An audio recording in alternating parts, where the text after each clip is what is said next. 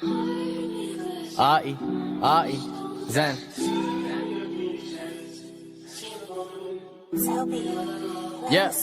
Yeah. Look, we're just gonna throw some bars in, have a bit of a laugh, have some fun. Hope you guys like it. Much love.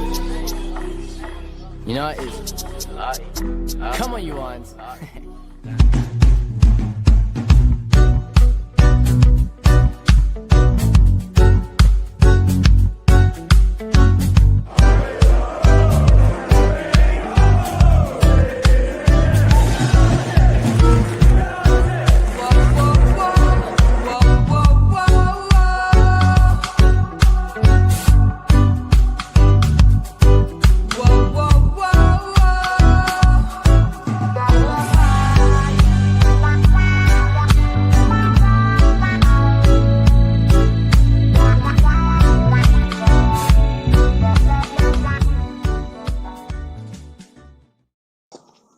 Hello and welcome back to West Ham Network. This Wednesday evening stroke Thursday morning.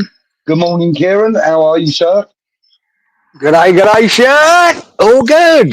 Nice. It's quite mild this morning, geezer. I'm almost tempted to take this jacket off. Okay. A lot of rain overnight, you know. A lot of cloud cover. Usually that does it. Yeah. It's sort of warmish. And there you go. Yeah. That's the weather report, as usual.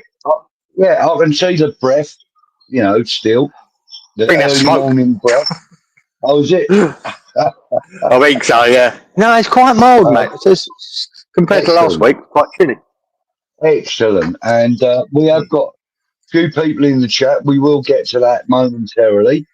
But we will let them know that we have got a little special insert for you later. Oh, yeah, mate. We got one this week. The boys are back. The boys are back in town. My old mates, the great white pointer. Yeah, the great white pointer. Yeah. We'll have that for you in about half hour or so. We'll get into the transfer policy or lack of one in a little while also. I know Kieran loves the transfer market. So it's such a laugh, isn't it? Every fucking day. I just tuned out now. I tuned out.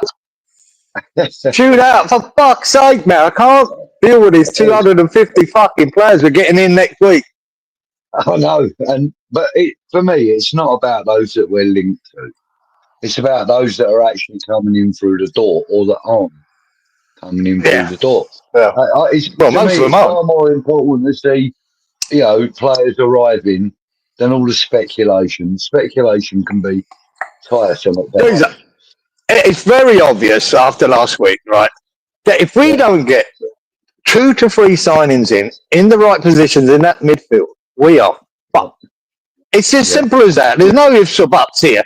Everyone can see it, from every pundit to every fucking YouTube channel. If you don't sort that midfield out in the next 2 weeks, we are fucked.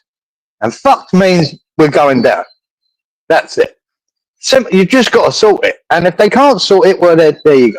We deserve what we get. And that's fucking relegation. Yeah. And you can put the blame wherever you like. Sullivan, Potter, the whole fucking running of West Ham. It doesn't matter. Yeah. At the end of the day, we'll be watching championship football. Yeah. Anyway. G'day, Mark. G'day, Mark. Thank you for joining. Good evening, Budgie Cieran and usual. Good evening to you, sir. Thank you. Usual. Good evening to you, Dad. Leslie. How are you, mate? Hope you're well. Randy, hope you're well, buddy. Thanks for joining in. Who else we got? Randy saying, unfortunately, Budgie and Kieran, we have not got no incoherent strategy. We've got no incoherent strategy yet. No coherent. I know what you mean. And even though there might be 12 days remaining in the window, at least with Steiden, we were more effective at getting deals done. That's true. That is absolutely bang on, mate. Good assessment. Usual, and everyone's saying hello. Apparently, if people are unaware of the new bid for Fernandes on Southampton, first bid 28 plus 2 in add-ons. Second bid was 30 plus 2 in add-ons. what's the point? What a waste of time. If you're going to make a bid that they're going to accept. Don't ponce around like that. What did they want? 35 million for him, didn't they? Yeah, they're asking for 40. I think they're asking too much. Yeah, I think they're asking too much. I reckon 30 is about around the right mark. Right? It's as simple as that. But they're going to try and hold that as much as they've got. They know West Ham are desperate. We've put ourselves in a desperate situation late in the window. So they're going to try and get more. I reckon if they really are coming to the party, Southampton, you'll probably settle around 35. Yeah. But we'll see. Good evening, Rich. Rich. How are you, mate?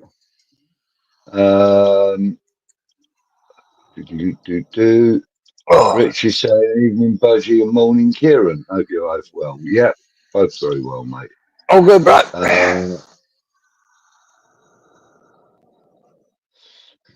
Is it true we've put a bid in for Billy Smart? Someone's got to sort this circus out. We couldn't even do that, mate. We've not even got a ringmaster. No, not anymore. Good evening, Freshfielder. When's Croc watching? Soon, mate. It's on soon. Half hour ago. Or whatever. Now, it's good that you came in nice and early, Sean. Good to see you, mate. Mark Pendleton, good evening, sir. Mark. Shark in a Fedora Part 2. No, we ain't got Darren on tonight. Croc in a frock. Yeah. That's not a good song. Wailing a top and tail. God, what are they on this time? Yeah, and then I put on there soon, matey, when he was asking about when Shark Watch is on. A shrimp dressed as a pimp. That's very good.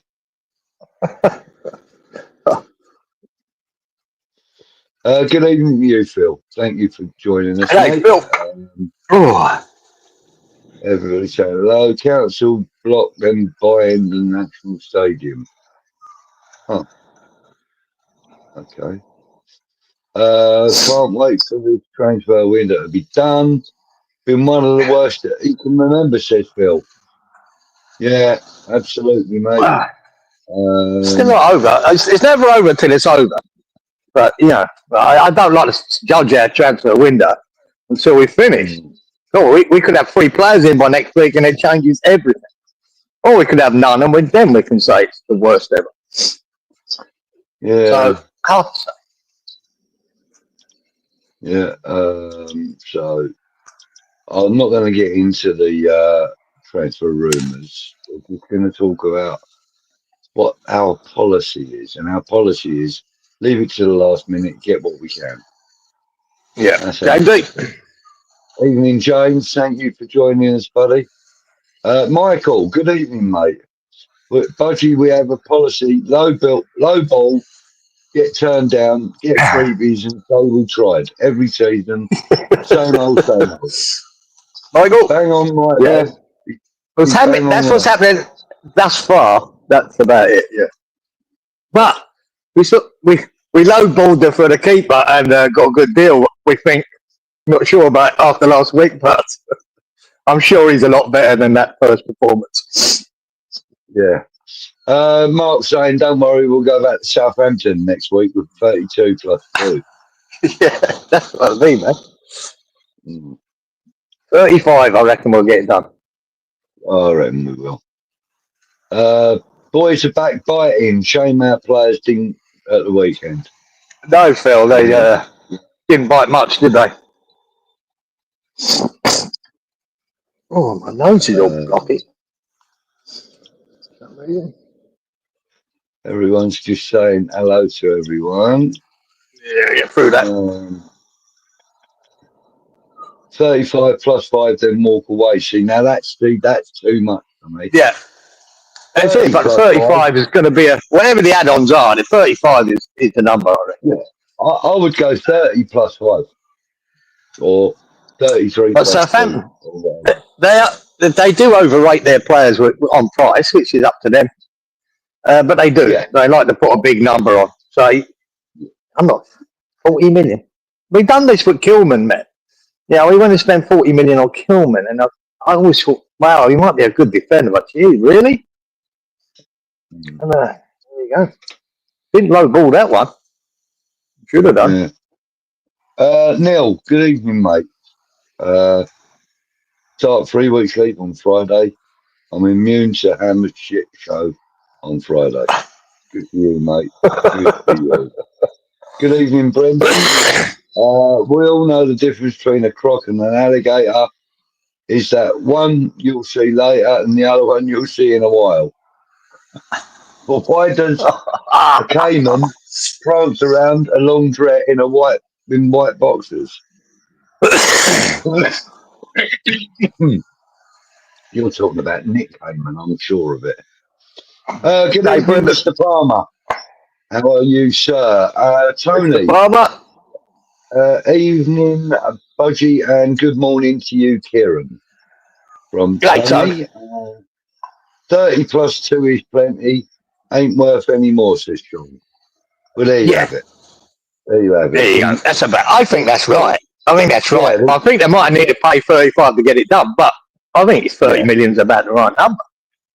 I'm not too sure West Ham have really low ball them with this. I think it's about what it should be. And lucky to get that. Yeah. Evening to you, Ian. Thank you for joining us, mate. Everyone say hello. Stuart, good evening to you, mate. Stuart. Mark R. I always says 32 plus 3 add-ons and sell on clause if necessary for Fernandez. Get it done. Wheel and deal. Hi, Budgie and Kieran. Hey, Mark. Yeah. Good points, mate. Good point. Yeah. Get it done, we get it done. Yeah. How are you, Billy Bob? He is gently pressed the right button. Gently do it. We have now, at the moment, 136 of you viewing. It would be lovely if we could get at least 10 of you. Yeah. We've probably got about 3 at the moment. You know what I mean? We don't get that many likes, but we get lots of views, which is nice. Usual says, Brendan says, usual. Spent the day with my mother. First time I've seen her since my brother's funeral. Just got back. Oh, mate. I'm glad you had a nice day with your mum. Yeah. Anyone else in? Luke Chapman. Daily. Familiar. Mr. Chapman, good evening to you, sir. Hope you're well. Oh, no, it's Lee Chapman I was thinking of. You were. I knew that. Northampton. Oh, nice. Well, good of you to join us, Luke. If you like what you see, give us a thumbs up and perhaps even subscribe to the channel. It's all West Ham stuff on here, but we love to have, visitors from other clubs. It's nice to see you, pal. Yeah. From most other clubs, anyway. Yeah. Yeah, of course. If you're from the north side of London, you stay where you are, but, there you go. You get what you pay for. We paid 15 million for a keeper with T-Rex arms. We'll see. He might come good because I'm not going to judge it. Ruin especially a goalkeeper after one game. But he weren't. I think he should have. Well, it was a disaster what he tried to do with that last goal and tried to flick it out with one hand. Could have got 2 hands today if he wanted to. And if you watch that goal, I know people are going to blame for the first goal, right? But it was very obvious. When that ball came in, before the boy got his head on it, he was bouncing up and down on his line. And as that boy headed it, he was up in the air, only for 6 inches. But as soon as that header came in, he had to wait to come down to react. And I think that was the difference between him getting fingertips to it and not. And it just crept in. I think he shouldn't have been bounced. He should have had his feet planted to make that move when the boy headed it. But there you go. That's just That's an inexperience that goes to show, doesn't it? Yes, thank you, Tony. Hit the like, people. Michael, 1988 Chelsea FC. Evening, Budgie and Good night, Kieran. Michael. Hope you guys are well. Thank you, Michael. All good, brother. Again, nice to see somebody from one of the other clubs. Well, fucking come here next week, Michael. You can have a right ball. Say you might not be so well liked next week, mate, when we get fucking hammered. Yeah, it's about fucking right and all. Mark says, what do you think of Michael Forbes, Luke? So that's a question for you up there, Luke, the Northampton fans. Mr. Burke, good evening, Ray. Hope you're well, buddy. He says, good evening, Budgie and Kieran.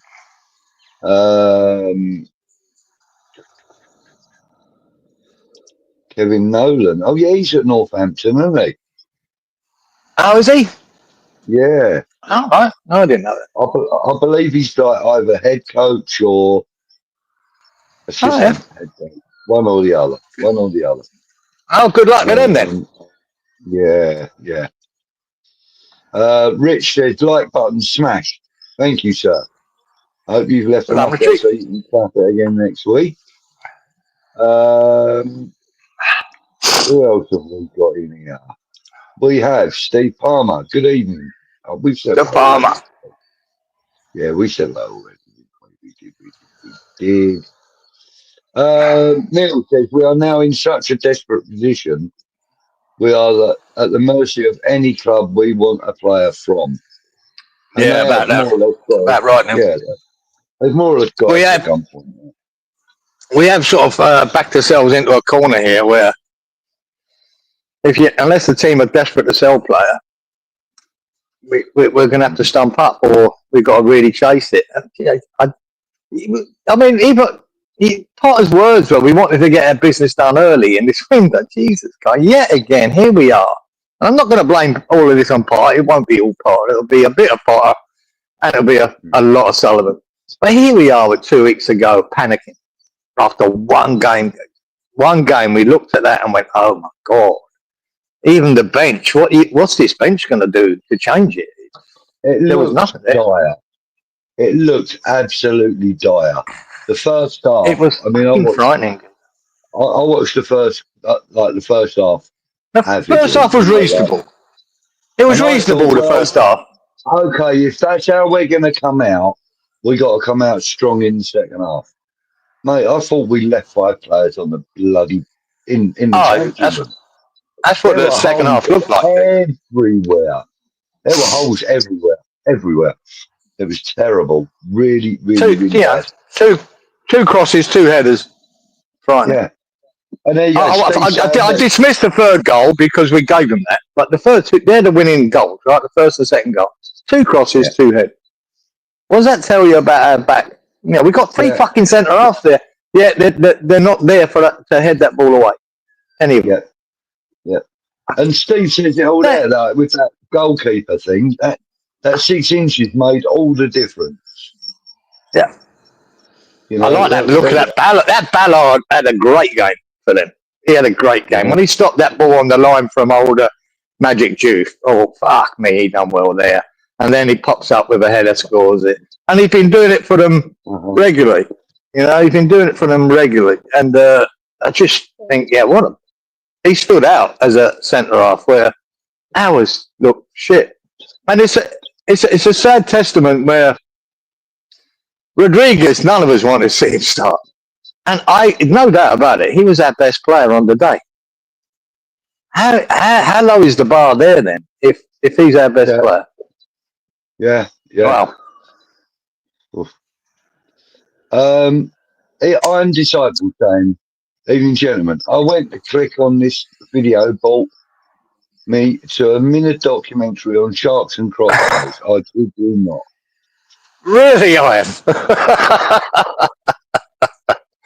There you go, mate. They know who the fucking shark guru is. Never mind that channel, Shark Bites. Fuck him. We got better fucking information in here. I'll tell you now, before Mr. Shark Bites, before he comes to his next, I'll have already told you about the next fucking shark attack here in Australia before him. So fuck him. I'm I'm a guru. Yeah, mate. I'm an in-the-know geezer. I'm ITK when it comes to fucking sharks. That's it, If mate. it comes up on my YouTube feed, that is. Yeah, mate. Kieran's killer crocs and shark attacks. That's what we've got to call it. Yeah, mate. Yeah, the National Geographic will be ringing me up soon, mate. Don't worry about that. Yeah, I'll tell you what, right? Hang on. Let me get rid of that message. Go in here. Come on. We might as well do it now. Let's have it.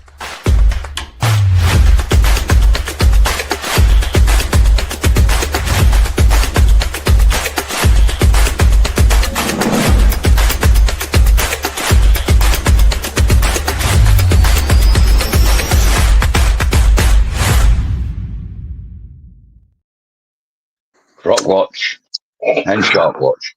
And shark watch, mate. It's the usuals. It's the sharks' turn this week, don't it? Yeah. You'll remember I reported. I'm a reporter now. Shark report. I reported about 6-7 weeks ago about a shark attack on 𝗪𝗪𝗥 Beach. 𝗪𝗪𝗥, mate. It's a lovely little spot in northern New South Wales, about 2 hours away from here, and a lovely little space, great little surfing beach. You know, it's good waves there. And that last attack, it was a bull shark attacked that bloke, ripped half his arm off, and the young lad pulled the shark off, and they brought him back to the shore, and the paramedic tourniqueted his arm. He survived. I'm not sure. I've never seen an update of whether he kept his arm or not. Don't know. But the same beach this week, it was on Monday morning. Guy there, lucky for this geezer, right? He was sitting on his surfboard waiting for a wave, and a fucking big, well, say big, it was a 3 meter great white, came up and just snapped his board. You'll see there in that photo the whole circle or semicircle of the bite, and then the surfboard snapped in half. Yeah, he got like. Now there's a bit. I watched the news of it.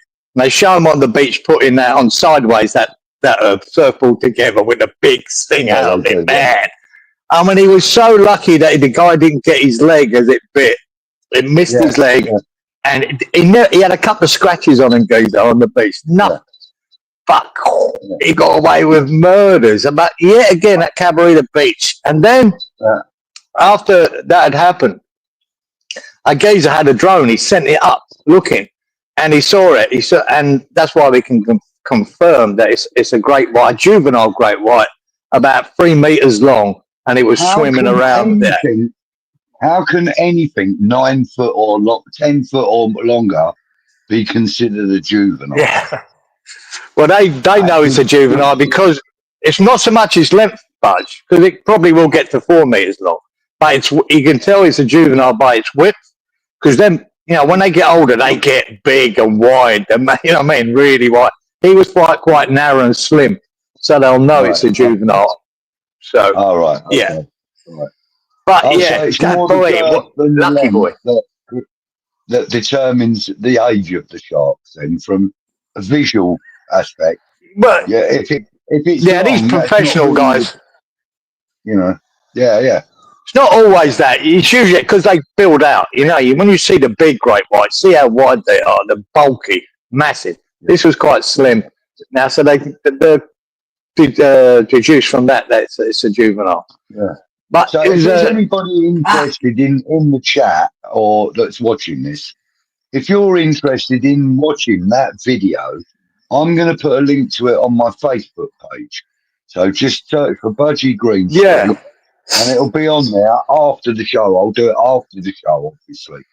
I'll put a link on there. Not allowed to show it, unfortunately, because it is already, the content is already on YouTube, and it would completely, bugger We up. don't know yet. It's only about, look, the news report was about 2.5 minutes long, guys, so you don't have to watch some big things, but it gives you a better perspective of that surfboard, that is the bite in it. And it will show you the drone footage of the shark swimming away. There is some footage of from the beach of the splashing in the water when it happened. Yeah, there is. And it actually describes one of the guys that went to his aid once he got back on the land, said that the woman said that the shark's mouth had grazed the outside of the man's leg where he was sitting on his board, and the shark has literally come up and taken a bite out, and the mouth has literally grazed down the man's thigh. So that's how lucky he was, you know. We don't know. They didn't explain whether he was facing the shark when it came up or facing away from it. They didn't say, but they said he was sitting on. He wouldn't know. The thing is, the worst place to get bit by a shark is in your legs. That's the thing. A lot of people that have been lying on their surfboard got bitten just that way, have taken half their fucking side out. Most of them survive. But once you get in the leg and that, what's that artery? The femoral artery, you bleed. That's the problem. They take your leg, that femoral artery, and you bleed to death before they can get you back. So, lucky boy, man, lucky. I mean, can you imagine having that on your wall now, Budgie? You're on your man cave, whatever, and you've got that up on the wall, that fucking my surfboard. Brilliant. Great talking piece, isn't it? Well, what a great chat-up line for him for the girls now, eh? I suppose. You know what I mean? Come and have a look at my surfboard. It's been chomped by a great white. You know what I mean? That's a great story. Do you know what made me laugh at the end of it, guys? If anyone watches that video, it's on Channel 7 News, that particular video in Australia, right? Channel 7. What made me laugh, they got the girly reporter, of course, sitting at the end telling us, winding up the video. And he said, and as soon as that happened, they closed the beaches, right? Shark, and they've got a sign there, sharks. Do not go on the beach. And behind that, you still see half a dozen surfers out there fucking surfing. Couldn't give a fuck. They just don't give a fuck, them surfers. They're just back out there straight away. Don't care. Good evening, Jim. Thanks for joining, mate. Andrew, thank you for joining. Hey, Jim. Andrew. Happy Amrit. Good evening. You know, Happy H. Yeah, something like that. Happy H. Good evening to you. So we've had 60 comments since I went to the intro video. So I'm going to get through some of them now that we've heard the story, which indeed was a story of pure luck and, well, something. At least I like them ones, Budge. It's a shark attack to give us something to talk to because we're fucking brilliant at it, and the geezer didn't get killed. It's a bit better. Yeah, absolutely.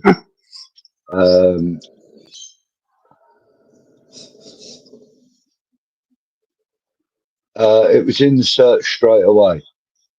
Our shark watch thing was in search.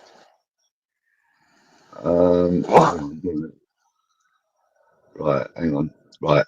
He says... Oh, he searched. Oh, yeah. I keep asking on about this, but supposedly Potter was training into the boy's head a system that he changed up last second before going on the pitch. Oh, right. Okay. So he had them training with a set playing thing in mind, and ended up changing it because of the 𝗪𝗪𝗥 injury, possibly. Supposedly. That's another bit of luck, isn't it? 𝗪𝗪𝗥 breaking his collarbone. That's a cracker. What was that? Fulkrug sitting on his head or something? What the fuck happened there? Who knows? We got a big fucking German, haven't we? I like him. I'm really beginning to like him, though, Kieran. You know, I mean, I like him. I'd like him more if he fucking stuck the ball in it. Yeah. I mean, we're of that generation, though, where we grew up with parents and grandparents that really didn't like anything to do with Germany, you know. But like the fact that he is probably one of the most likable characters in the club at the moment, it kind of makes you think about all them years when you were going, don't like the Germans, don't you? You know what I mean? Yeah, I know. Like, it's just even up to the days of people like Michael Ballack and that, you know, hated him because he was German, not for any other reason. Do you know, I think we broke the mould on that geezer, and I think that was, unfortunately, it was Klinsmann going to Tottenham. Yeah, when you're right, everyone was accusing him of being a diver, and then he scored a goal and he took the dive for his celebration. I think that, it was smart. It was funny as fuck. Yeah, Klinsmann changed things. And a nice geezer, isn't he? Real nice guy. Pulling up in his V-dub Beetle to Tottenham's training ground. That was Klinsmann. An old V-dub Beetle, yeah. Yeah. Look at that. Kieran's in the croc and shark algorithm populars. I've made it, mate. Been talking about West Ham for 5 years, and it's fucking a shark attack's got me noticed. Brilliant, eh? I know. Incidentally, talking about noticing, I see the clover leaf on your chest. What's that? Is that Shamrock Rovers or something? Yeah, it was something sent to me by my nephew, right, lived in Ireland, and it's the Irish, it's an Ireland rugby shirt. So you can see the Ireland there. It's an Ireland rugby shirt, geezer. Really nice. Nice. I like it. I like the way the shamrock's right up there, just under your throat. It's nice. I like that. Yeah, it's really good. I haven't taken much notice for that. Yeah, but no, I like that. That's quite nice. It's very stylishly placed badge, I think. Yeah, it is. Anyway. I don't mind the old centre badge now and again on shirts, guys. I think it looks good. Yeah. Homer says, seriously, what is going on with West Ham? We look shit. Nobody knows. Nobody knows. Status is massively compromised. Really concerned now. After one game, we're all a bit concerned. I was concerned long before that first game. Remember, I predicted that game, and I was trying to be optimistic, and I said a 1-1 draw. I thought we'd draw against Sunderland. I never thought we'd win. But I didn't expect us to lose that badly either. And to be honest, that 1-1 was looking good at half time. Well, I predicted. And then it worked. There you go. That's what we got. It went right out the fucking window. Look, they're loving the shark and croc bit. Phil says, here we go, Shark Watch. Best TV on a Wednesday night. Yeah, shame we didn't have 2 or 3 a week, wasn't it, Phil? Yeah. Yeah, Mark, you're absolutely right. I had a bad feeling when Sunderland signed Granit Xhaka. Yeah. Our old nemesis. Exactly, Mark. Awesome. Yeah. Remember, I was going on about it last week, geezer. Why the fuck weren't we in for a player like that? Why were we not for whatever it was, 17 million? Jesus fuck. He's got pedigree, geezer. The boy was class at Leverkusen. He was good at Arsenal, only the fans didn't fucking like him. He was a bit temperamental, but he's still a top player, man. And there he is. For the next 2 years, he could have been good for us. No, not getting that one. Fucking hell. Such a great signing. Michael saying, summer soon, Kieran. It'll be Beaver Watch time.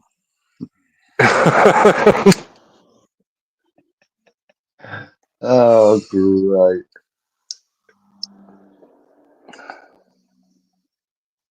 Yeah, it's one of them.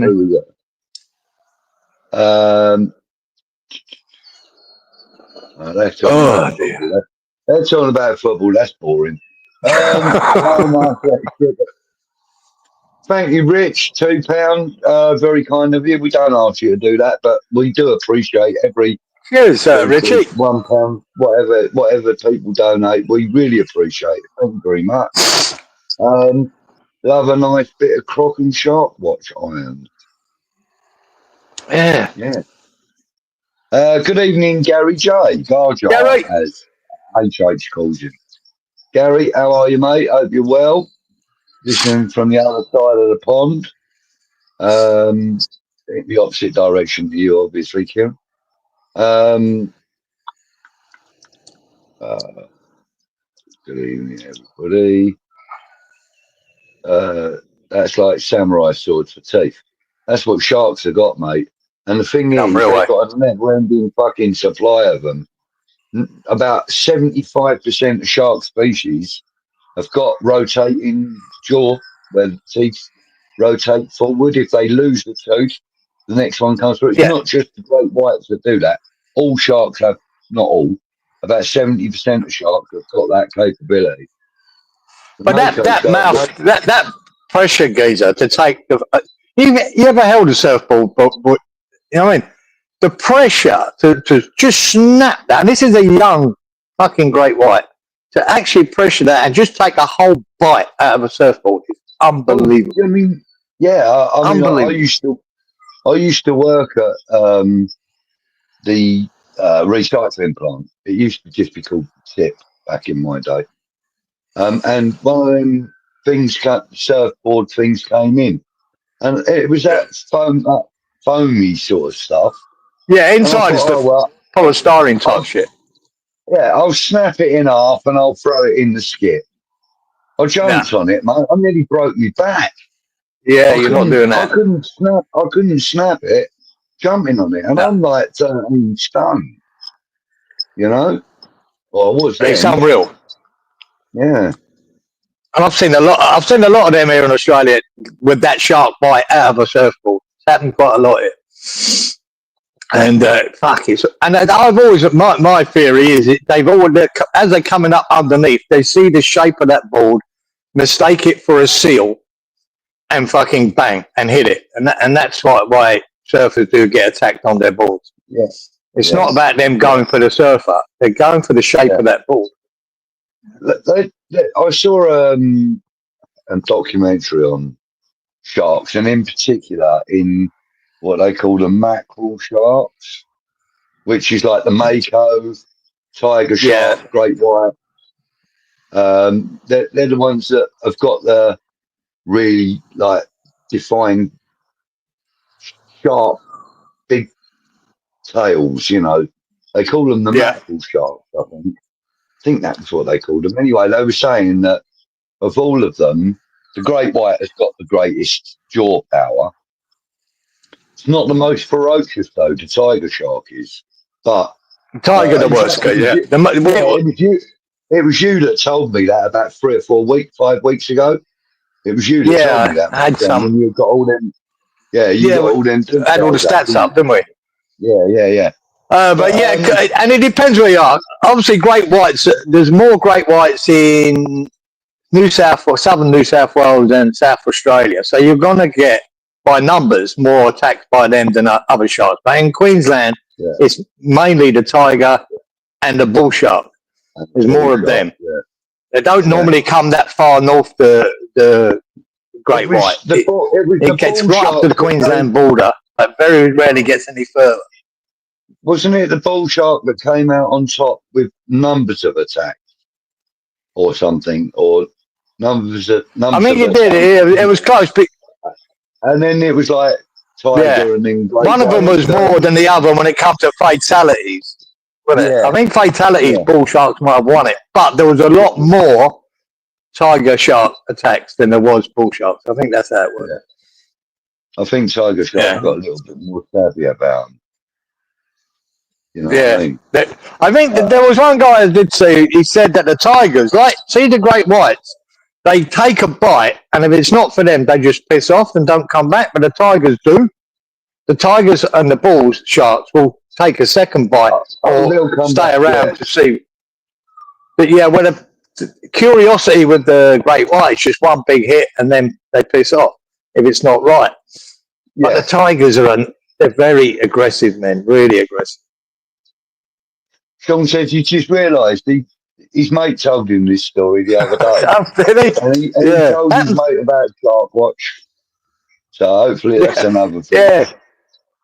Actually, it happened on Monday morning at 8 o'clock in the morning. Do you know what? Actually, do you know what I'm going to do? I'm going to go through the library of stuff where we've had a few shark stories. I'm going to do a little compilation, put a little compilation video together.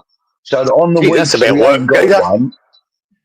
It will be a bit of work. But so on the weeks that we ain't got that'd be good. Shark Watch, we can have that on. You just have a few little lines from each stories or whatever, a few of the highlights, and then it's just another little bit of Shark Watch that, it gives people more time, more things to chat about. Yeah, I'm going to do that. I'm going to put a little montage together, a little minute montage. Yeah. Unless West Ham go on a winning run of 10 games, we might talk about them a bit more. Yeah, you know. But anyway, all right. We done it now. Sharky's in the house. Perfect, Good man, evening, Sharky. Good for you, son. Nice to see ya. So HH is saying the single only good thing about a loan for Alvarez is that next season he will still be a hammer. If we have someone new in, then they may realise what they have at their disposal.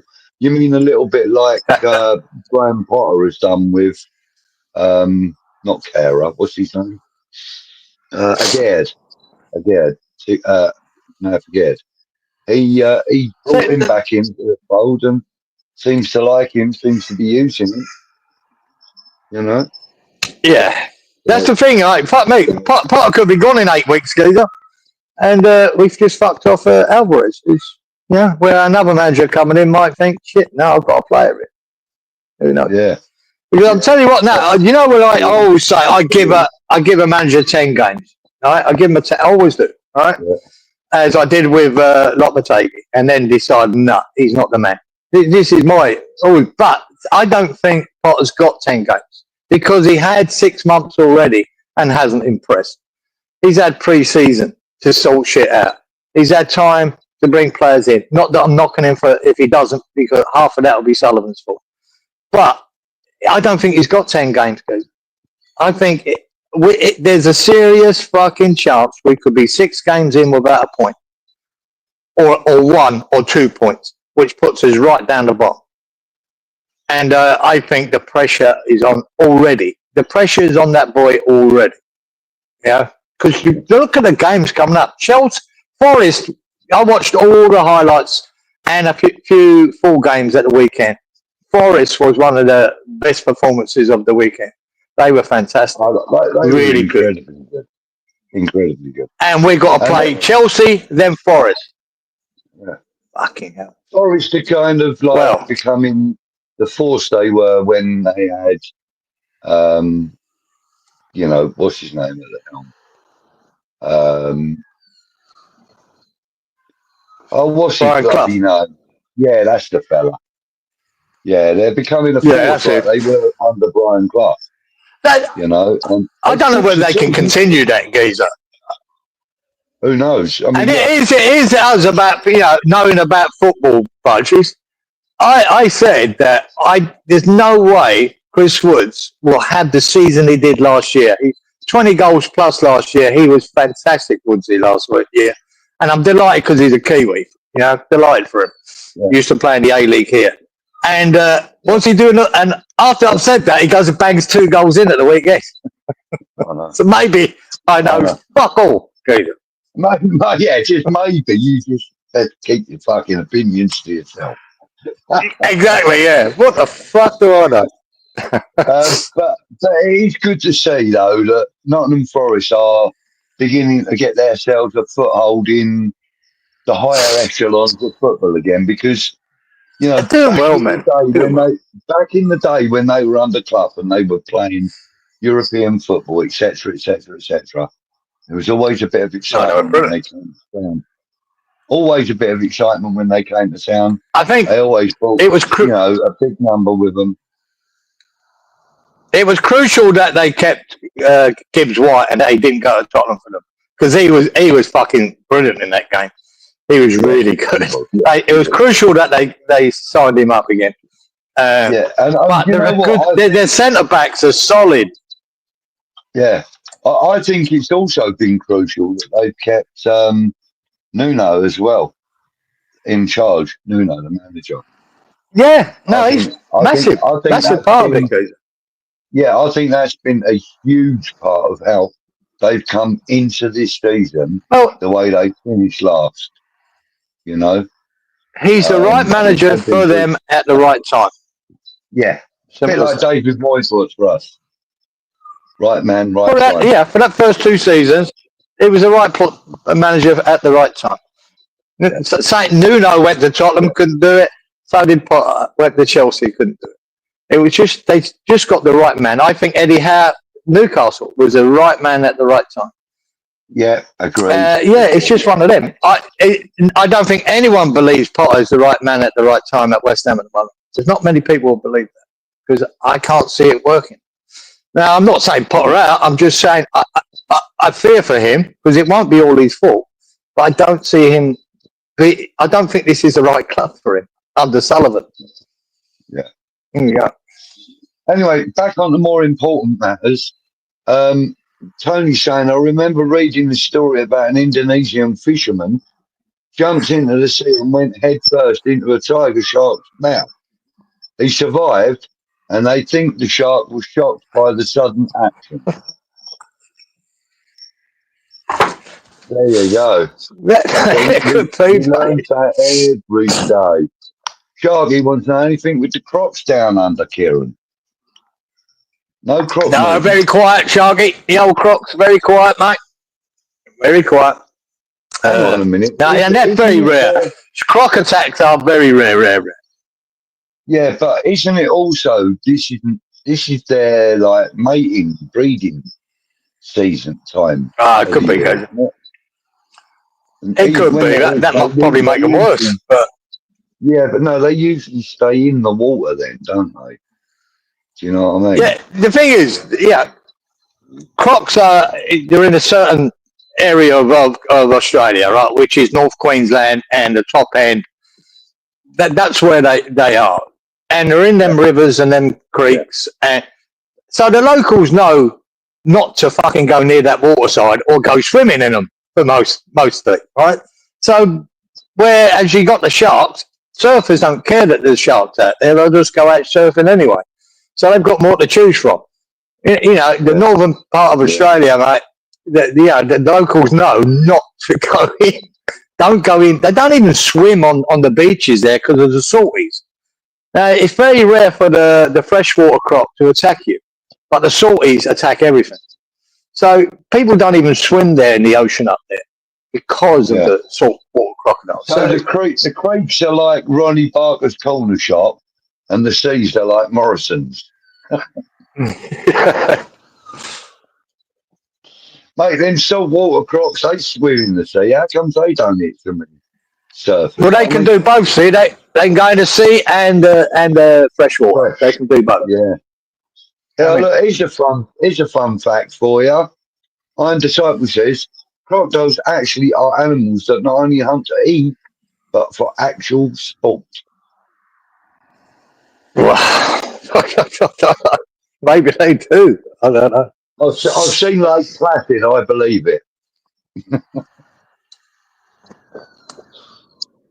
Yeah, let's Stoke on a wet Tuesday night. I remember them days, mate. Yeah. Oh, fucking hell, Mark. Rich says, with them sharks, the Jets wouldn't have a chance in West Side Story. Yeah, very funny, mate. Very funny. Usual, I had a feeling Arsenal would get Eze, said Randy. Has he gone there now? Is that actually confirmed now? No, I think he's. By all reports, he's off to Tottenham, Gazer. But unless things have changed overnight while I've been sleeping away, he looked like he's definitely off because at the Crystal Palace game, he came back out and waved goodbye to all the Crystal Palace fans. So he's definitely off. But I think Tottenham have basically got it sewn up and done, which is a hell of a buy for them fuckers. Jesus, that makes them a false Gazer. Earlier on, I put a comment up saying from Happy, so I was saying to Gary that she felt that there was a lot of nonsense going on. Could it be a move towards the takeover? And his reply is, if it's a takeover, why take out nearly 350 million in loans? Mate, I've given up trying to work out what's going on West Ham. Do I believe we're going to be lucky enough that anyone take us over? No. I won't believe that till it happens.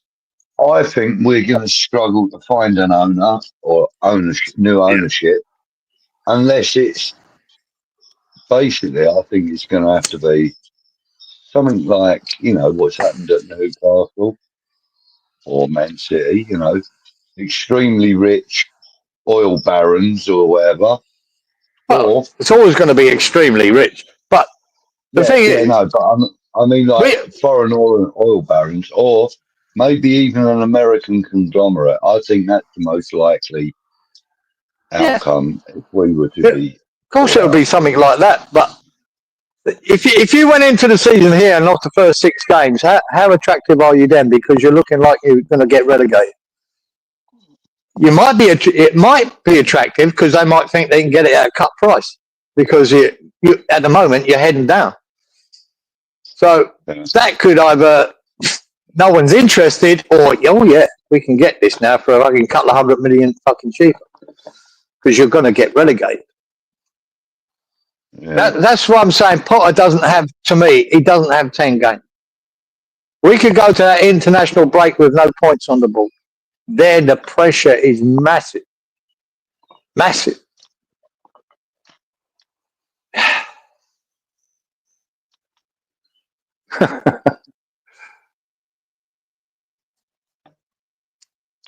That's absolutely right, though, Sean. I agree. I know where the money's gone, Freshie.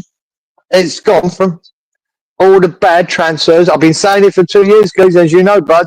I'm saying sooner or later it's going to catch up with you. You buy signing 𝗪𝗪𝗥, Felipe Andersons, 𝗪𝗪𝗥 Vlasic, losing serious money. Cornet, Ings. You can't keep doing that. When was the last time we owned the money out of a player? Kudus. Probably before that, maybe Dean Garner. We've lost money on nearly all these transfers in it. How much did we're lucky enough we had a Declan Rice. I don't know, about 20 million, saying 15 million? 15, I mean. Well, you mean, the only thing that kept us afloat was 100 million from Rice. We can't keep losing these monies, man.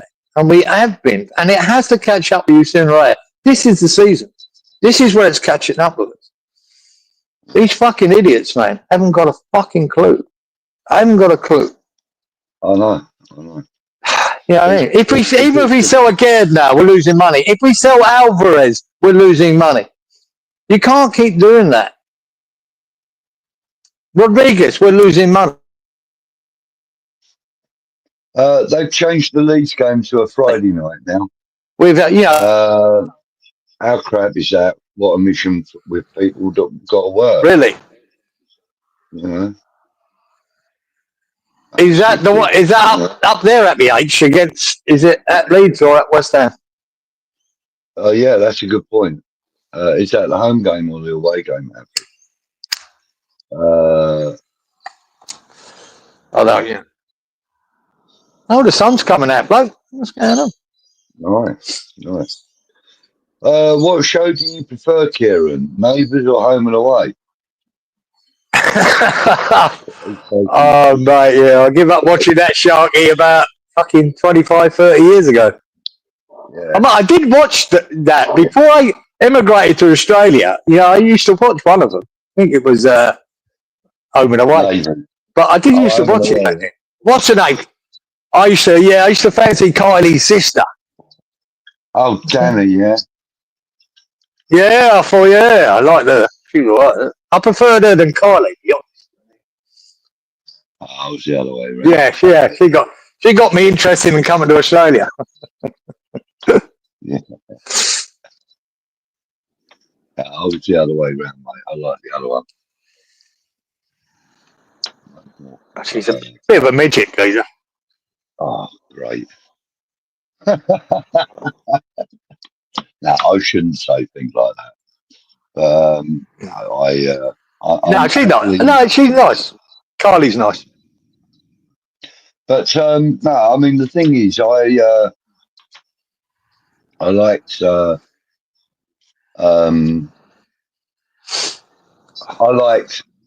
Neighbours more than Home and Away, but I didn't like either of them very much to watch them that often. So yeah. Rich says, hit the like button, people. Thank you very much, young man. 233 of you poor souls watching this now. Let's get these numbers like that, please. It'd be very, very nice. Gary says, I'm usually a very positive, supportive fan, but I'm losing my patience with this midfielder saga. Yeah, Gary. Isn't it everyone? Yeah, there is a very strong feeling about that in amongst the fan base, mate. And, you know, you're not alone. You're not alone. And some of the most diehard positive people, like Stell, is even, you know, even he is getting very disillusioned with the whole midfield saga. Yeah. It's like, it's almost like, I'll just leave it alone, it'll mend itself, kind of thing. Yeah. And it's just not. It is a bit like that. The way things, you know. But, you know, when you go through that pre-season trying to work out what's happening and you give Potts a go, which is fair play to him, and then don't even bother when it comes to the season starting. You know, that pisses people off because you go, fuck me, what was the point here? So what are you saying, Potter? And that's nothing to do with Sullivan, this is a Potter pick, his thing. We can slag Sullivan off a myriad of things, right? But here is your pick for that thing. Yeah, you went Potts and not even bring him on, you're on the bench and nothing. So this is Potter, and I'm going, wow, you're going down the wrong route here, guys. You're backing yourself into a corner here, especially with the fan base. And there isn't nothing to be too optimistic about. There isn't nothing. And I'm telling you, see this Magic Juice, right? And I'm giving him time, right? I'm not overpraising him and I'm not over knocking him. But in that game, geezer, I never saw him once try and take on a player and get a ball across the top. Not once. And that tells me that we should not be fucking putting all the weight of the world on his shoulders to come up with magical crosses like he did in pre-season every week in the Premier League, because it ain't going to happen. There's going to be better right backs. There's going to be better right midfielders to stop him getting down there. Now, if he's got time and space to whip balls in, I think he's got a brilliant left foot. But is he going to get that? Are we playing in a system that's going to allow him to go down there? I don't think we are. And this weekend when we play Chelsea, if we play three at the back, here's what I think, knowing the football I know and played it for a long time, he'd be mad, crazy to go three at the back. He needs a back four. He needs a left back. He needs a right back. He needs two good centre halves. And then you need wing backs to have any impact on, or wingers to have any impact on Chelsea. It's fucking, that tell me, Potter, you're an idiot if he goes to three at the back. Or he plays a back four and then a fucking midfield five. Right? And one up front, which will be Bowen, full crew sits on the bench. And you load the midfield and do a Moyes and hang on for fucking dear life. Hang on for dear life trying to hold him out. That could be his other option. Wouldn't surprise me if he took it. Because I watched Everton at the weekend, guys. I watched that game. They were fucking dreadful. If you ever want to see the Moyes performances that we got pissed off with at West Ham, watch that first Everton game. They were fucking garbage. Absolutely. It was a typical Moyes performance. Anyway, what was that comment, guys? I didn't read it. What was that? Was that something? Do you follow Aussie? Oh, Mark. Now and again I watch it, Mark. It's a good game. I've been to a few of them live. It's a really good game. It's worth a look. If you've never watched it, it can be a really good game. Sometimes when the score blows out, it gets a little bit boring because by the time after third quarter, the game could be over because of the points difference. But yeah, it is a good, hard, tough game. Tough game. Good game to go and watch live. A lot of blood in there, isn't there? You got what, mate? A lot of blood in there in that sport, isn't there? Oh yeah, man, fucking big lads. Yeah. A lot of them get in the nose and that, don't they? Oh yeah, mate. When they're challenging with that ball, they go in hard, case. I was staying in a hotel down the Gold Coast one night for someone's wedding, I think.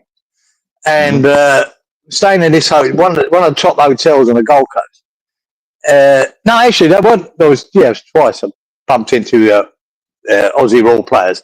Anyway, the Collingwood team are up to play Brisbane. They were staying there, and I got one morning. I went down for breakfast. I got in the lift, and mate, as the lift doors opened, walked in, and Jesus Christ, there was these all Aussie Rules players in there. I'm not joking, kid. They looked like they were hitting the ceiling, sucking all 6'4", 6'5". Fuck! I went, all right, lads, and it was so nice, Aussie Rules. Aussie Rules here is a bit like the rugby union in England. These guys are very, very well spoken. They represent their club at all times. You know what I mean? They're told you need to be on your best behaviour and best manners, everything about that. That's what they're like all the time. Very rare you see a rogue sort of bad story about an Aussie Rules player. They are so polite, so nice. Yeah. And they're big, strong, horrible fuckers. Yeah, it's really weird. Mm. Yeah. Right, so let's see what else we've got. Well, if there's anyone we haven't mentioned yet. And there we go, straight away. Colin! Good evening, Colin. Thank you for joining, mate. Anyway, shambolic. We are going to be in the hard season, I'm afraid, and how points coming from the next 5 games. Yeah. That's the point. The thing is, It's hard to see, yeah. Yeah, it is. We have been known to give a shock to these teams here and there. We're good at that. Hard to see this one happening against Chelsea, that we're all of a sudden going to turn it around and beat Chelsea with all the firepower they've got. But yeah. What did they beat us last season? 3-1 and 7-0, wasn't it, or something? Or 5-0? 5-0. About 7. Yeah. They're a very good side. They've got a hell of a squad, Chelsea, and it's going to be tough. Really, and they've improved on that squad in this window as well, with one or two of the players they brought in. João Pedro, Liam Diaz, what a signing Gittins. that is. Yeah, what signings they are. It should be. Yeah, they'll be in the top 4 for me, Chelsea, this season. So I think so. Yeah, Champions League finish, definitely. What was I going to say? Let's take one out there.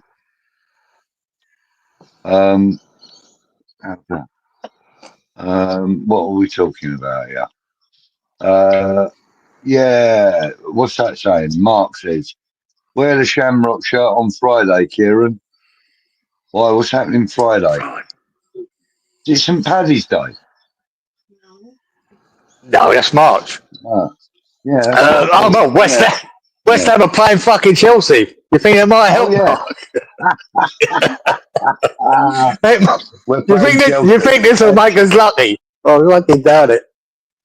It might be lucky that I don't bother fucking watching it. Clint shit. Oh, Jesus. What's that? That's a 5. I'll tell you what, guys. That's Friday night, isn't it? That'll be a 5 in the morning kickoff for me. So I've got to decide whether to get up at 5 in the morning and watch it or not. I'll just stay in bed for another hour. Oh, yeah, Kieran. Do you want to do a watch along? I don't think we're like bollocks. You don't want No, I'm gonna be. I'll be too pissed off. I'll be too pissed off watching that game, mate, to do fucking watch. You just hear that. All you're going to hear from me is a load of abuse. Yeah. So no, not what's doing that. Right. I've got to carry on with my show. Sorry. Oh, sorry. Am I distracting you? Yes, you are distracting me. Gary says a successful Premier team is much more profitable than a Championship club. You think they would bend over backwards to make us a top 10 club? Yeah, it just makes sense, doesn't it, Gary? Yeah, you know. What's the None old of saying? none You of got to those. speculate to accumulate. If ever you want to know why West Ham are badly run, it doesn't matter. If you look at individual things, right? Look since Sullivan's taken over. Look at the teams that have overtaken us. And if you go all the Bs, right? Brighton, Brentford, Bournemouth. The teams that are below us and around us, Newcastle, Villa, Nottingham Forest. All of these teams have gone ahead and we've gone backwards. And that'll tell you everything you need to know about how Even West more. Ham's run. Yeah. Even Wolves to a point, they're about the same as us because they're contenders for going down this year as well. But all these teams were below us or around us. All of them are far ahead of us. All of them. And even you see the Bournemouth performance against Liverpool. They lost 4-2, but fucking hell, did they give it a go? Did they frighten Liverpool? 2-0 down, back to 2-all. It was in the balance there for a little while. Mate, all of these teams are so far better than we are, and they shouldn't be. We should be up there, and we're not. Yeah. Well, the thing is, without the ambitions in the boardroom, how can there be many ambitions from the coach down? You know? It can't be. And that's where it starts, guys. That's where it starts. Here's another thing. Now, I don't know if this is a Mandela effect thing or not, but am I right in believing that 2 weeks ago we were talking about Mikel Antonio's release from the club? I thought he'd been released, but he hasn't. But he hasn't signed a new deal either. He hasn't, no. His deal has run out, and he hasn't signed a new one. He hasn't been offered one, and yet he's playing for the under-21s at 32 I think years old. I think he was offered, Budge. He was offered a pay-as-you-go sort of deal, like Callum Wilson. Callum Wilson. I don't think he wanted it, so they're letting him train as they would. They're letting him train with the West Ham teams, and he's been allowed to play in the under-21s. So that could still happen. He could still sign a pay-as-you-go, whatever deal they've offered him. He might still do that. I mean, that's a possibility. I mean, look, the merest possibility of Bowen being out on the right wing, let's say, for argument's sake, Somerville comes back and he's out on the left. And then you've got Fulkrug and A.N. Other alongside him, that being either Callum Wilson or Mikel Antonio, right? I think that's a pretty formidable bloody strike force. Yeah, even but with for that, Antonio or Callum Wilson, you can't have all of them in there, Budge. But for that to happen, Budgie, for that to happen, then Potter's got to change his mindset and fuck this three at the back off.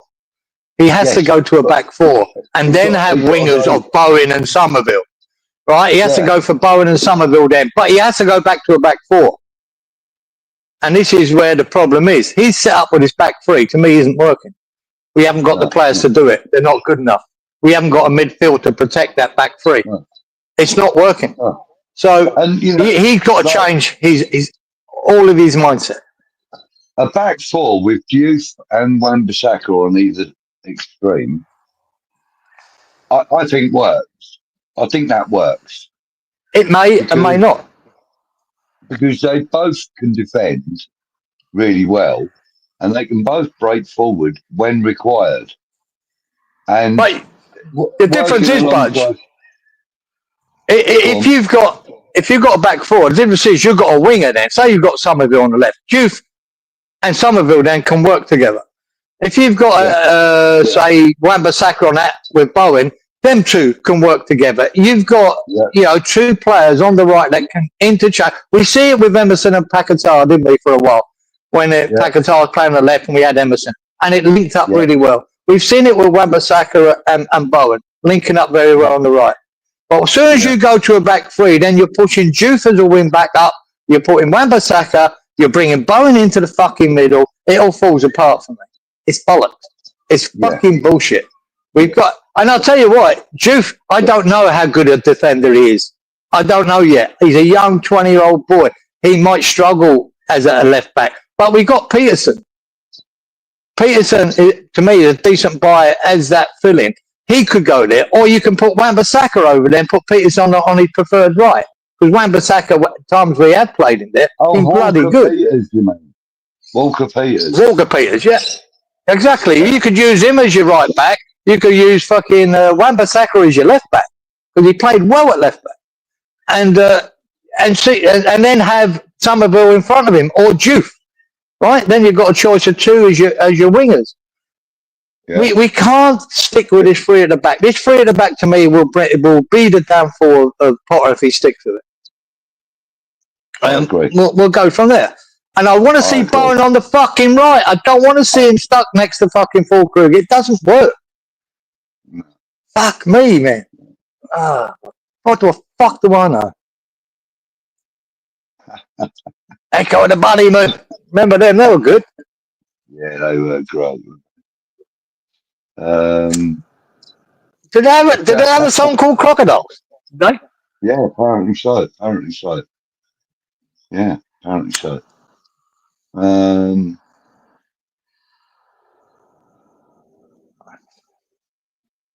Let's see. What's this? A cookie cutter shark is the most ferocious. I can't say. Don't know what it is. The most ferocious is the one fucking near you when you're on your surfboard. That's the most ferocious one. When you're shitting yourself when you see that fin. Fuck it hell. I don't care what it was. Even a fucking dolphin. I mean, I did get scared by a dolphin once, guys. They're out swearing.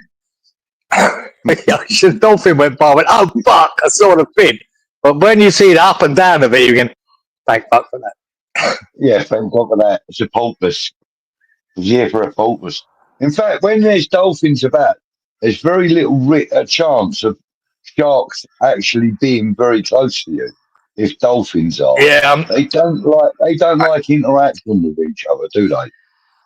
You know. No, but it's a bit of a fallacy that there is a fallacy that sharks don't attack when there's dolphins around. That's not true. It has happened before, but but there is. Dolphins are too quick for sharks. They don't like them. They're too smart, too quick, and they will attack a shark in a pod if they have to. So they leave them alone. They leave dolphins alone. Yeah, well, that's because the dolphins. What is it they do? They smash into their bodies with their beak or something, isn't it? Yeah, and into they smash it. Fleshy belly and that rupture. Yeah, it'd be very rare though, guys. It's one of them. The sharks don't look at them as food, so they leave them alone. Yeah. And the dolphin's just too quick and smart to fucking be food. So but they will fucking push a shark away if they have to, because they normally are in pods. Some 10, 15, 20 dolphins. They've got numbers, Gator. They've got big numbers against a lone shark. Yeah. Michael said, great whites, bullies until they meet an orca. Killer whale. Yeah, that's their only fucking predator, mate, is great whites, is the orca. It's the only thing they're scared of is the orca. Orcas have killed many great whites. They don't like them. They ram them, kill them. Yeah. Yeah, orcas is the only thing got right. Size, don't they, or even bigger? No, so, yeah. No, the orcas probably twice or three times the size. They don't. The orcas, the only thing that we've known in the ocean to kill a great white is an orca. They don't like them. Shark is still looking for a picture of a shark in a fedora.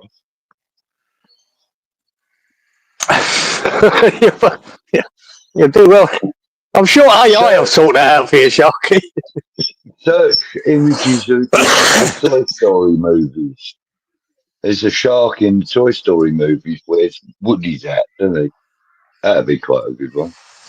That's a cowboy hat. It's not a fedora. Where are we? Shark attacks to hit you on your back. The Shark Crocumentary. Very good, Ian. Very good. Yeah, oh yeah, very smart. Yeah. You can have, no, we can't do that because of my partner. I would get absolutely roasted. What in my sleep while I'm still alive. Only 10 game winning streak will be the you. One of these days, Sullivan will turn up on Snake Watch. Yeah, you're probably right, Rich. Oh, yeah, well, that's true, Michael. What time of the year is magpie watch? Them birds are relentless when nesting. Yeah, they are, Mike. Yeah. I think it's October, November, but I always forget. Right? I usually know when I see them start attacking people. It comes up on the news or whatever. Oh yeah, it's their time. That's why I always, Michael, I always say, like, every magpie I've ever fucking seen in my garden or out the front, I always say hello to it. There you go, mate. And sometimes feed them a bit of bread or whatever, just so they'll leave me alone when it comes to nesting season, because they are relentless. They don't mess about. I can see you going out there in full fucking, what's it called, fencing gear. You know what I mean? That's what you need, I'll tell you. If you ride a bike around and ride past one of them trees where they're nesting, you need that. Oh, mate, they're gonna have you. You're getting it, boy. And they keep coming. They keep coming to your fucking miles away. So it's funny to watch when you see someone getting attacked by that. It's the funniest thing to watch. So Kimmy was telling me that there are some squirrels in California that have gone a bit kind of nuts, and they started developing all these growths on their faces and necks and all this, that, and the other. And they're like attacking birds, rabbits, people's little dogs, all sorts, and fucking literally feeding on the carcasses of whatever they catch, whatever they can catch. These things have gone absolutely fucking mental in sounds like California. Rabies. Sounds like a bit of rabid sort of stuff. No, it's not, but it's kind of almost like a flipping. Well, I suppose the way I've kind of figured it, it's like a zombie virus. It's like, you know, like they just want to. They're savage, mate. They're absolutely savage. Next week, I'll put a little something together. But yeah, mate. So it's a bit like Manchester on Saturday afternoon. Yeah, definitely. Yeah.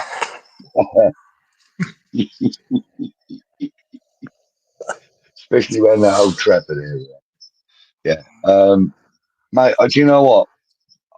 Did you ever go to Main Road when City were playing? I think I did once, guys. I only went there once. Don't remember it, but I was there. I was Old Trafford 2 or 3 times. I went to Main Road for a League Cup game.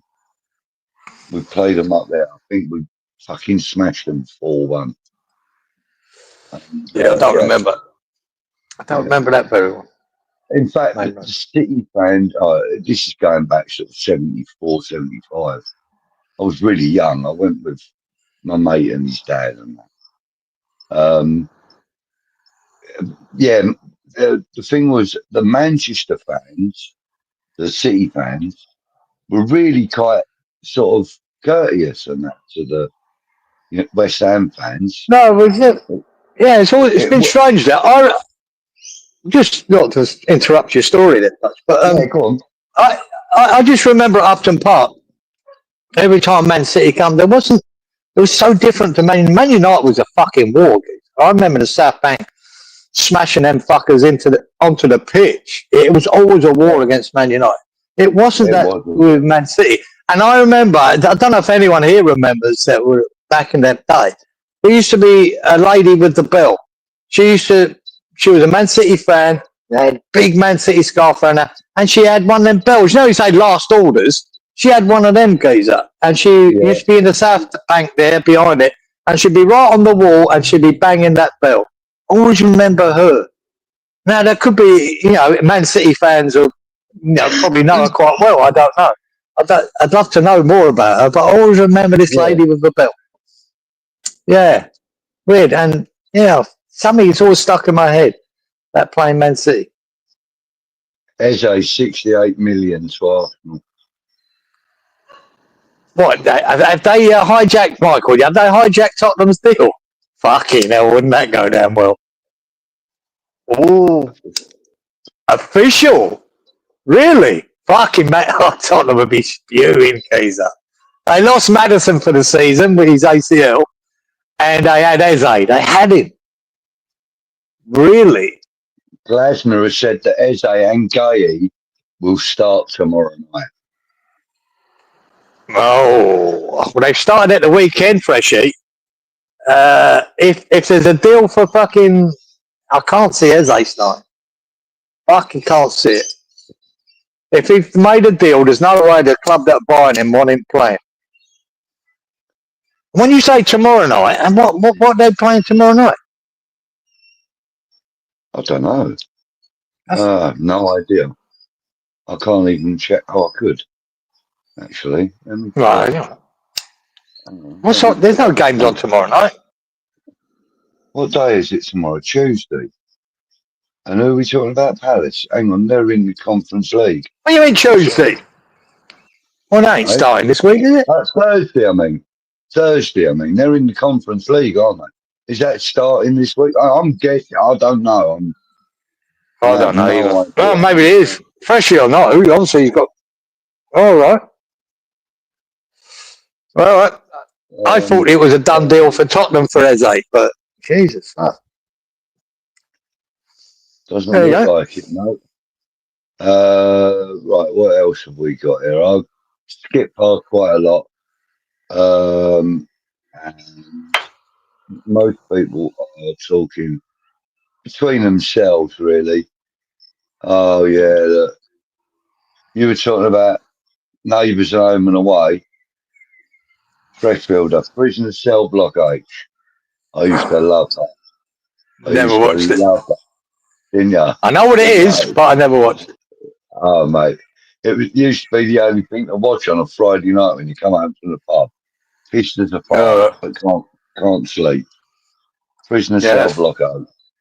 Yeah. Big fat one. Another drink. Prisoner Cell Block H. Yeah, we're fucking golden. Brilliant. Loved it. Actually, I don't even know if it was a Friday night. But I always remember he used to come home from the pub and it would be on.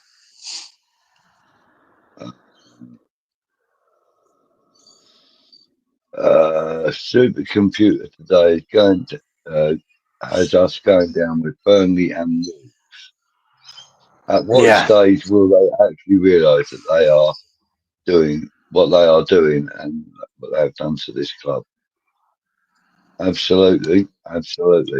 Good evening, Raven. Thank you for joining, bud. Nice to see you. This will be 2 years out of European football. Financially, it's like being relegated from the Premier League, and the squad will suffer, but we will bounce back. We always do. Yeah, let's just hope we don't get down into the Championship and have to bounce back from that first. Because the European football is doable, providing we start attacking games. We don't start attacking games, we're gone, mate. Simple as that. Well, we need to sign the players to do that. That's the problem. Yeah, true. Sean said, I listened to the game on the radio. Pat Nevin was flummoxed why we waited until the 85 minutes before going to plan B. Yeah. Plan B? Yeah. What's plan B? West Ham plan B? Just throw the fucking sink at it. what's plan B? Yeah, long ball. Long ball is plan B, isn't it? Souček starts at the weekend, goes up against Chelsea. How's that? That would be my prediction. Souček starts. I wouldn't mind being you're right.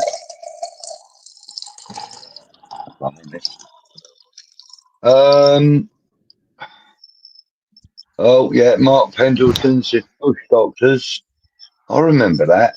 Didn't they used to be in aircraft and like they'd have to fly from one emergency to the next? Bush doctors. Yeah, the bush. Pretty sure I remember. It was that wasn't the name of the show. That was the bush. Yeah, because when you get out west here, mate, they haven't got a fucking hospital and a surgery or somewhere to go to. So sometimes they fly out the. What's the name of it? We've got a plane service there that flies out there to help people. Yeah, it could be the bush doctors, what they're called. Yeah, it's so remote. I think that was the TV show called that. Was it called that, was it? All right. I believe it might have been, yeah.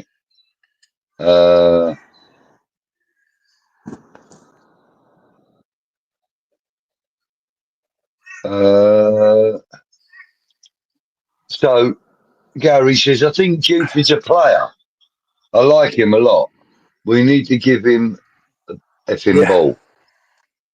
Yeah, he didn't see much of it. By the time he did see it, Gary, at the weekend, it was too late. Yeah. You know what I mean? Because we fuck about with it so much at the back, and by the time we get it out to him, then he's covered. He's covered by a midfielder and a right back. Can't do anything. Like I say, but I never saw him actually try to take anyone to make something happen either. But I think that's the setup. This three at the back, let's play it around the back, left to right, up to the... You give it to Wan-Bissaka, he's got two guys in front of him. He hasn't got Bowen in front of him because he's in the middle with fucking Falkirk. It doesn't work for me. I just think it's such a boring fucking shit setup. And sooner or later we'll find out. And if he doesn't change it against Chelsea, that tells me everything about Potter. And it'll tell me that the writing's on the wall for him already. Sean flexing his muscles again. Look, this is not watched Aussie rules since Domenico. Yeah, that's Dipper was a cracking player, mate. Fucking nutcase. Nutcase. I wouldn't know. It was mad, man. That looks like the name that you'd get on a really expensive bottle of whiskey at an auction. It does, doesn't it? Yeah. Or a nice bottle of champagne. Yeah. Nice Dipper Domenico. Oh, it looks like Gary's off. So good night to you, Gary. Night, Gary. Thank you for joining us, mate. Who else have we got here? And he says, don't forget to give our old boys a like. Thank you, sir. Much appreciated. Take it easy, son. Have a good one.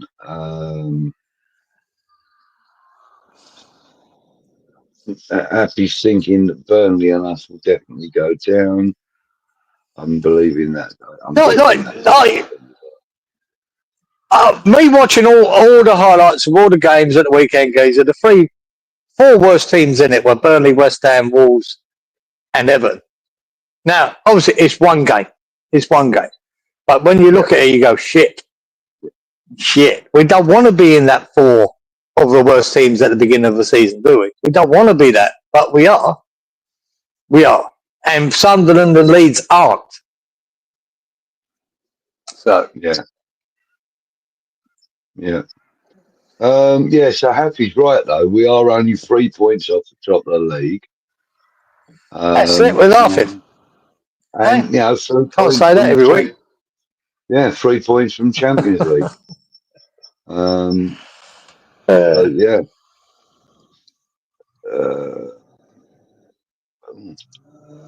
Hey, Smuggler and Face just came on here and started commenting. That's fine. Don't worry about it. We're used to it. It's fine. I mean, that's what you meant to do. Yeah. Eric, good evening. Do not have the players to be in the top half of the league. No. Was that Eric? No, Yeah, we don't. Eric. We didn't have that. But at this stage, we should be. The worst we should be is a mid-table club. The worst we should be. You know, since winning that trophy, we should be, 10th, trying to threaten 7th.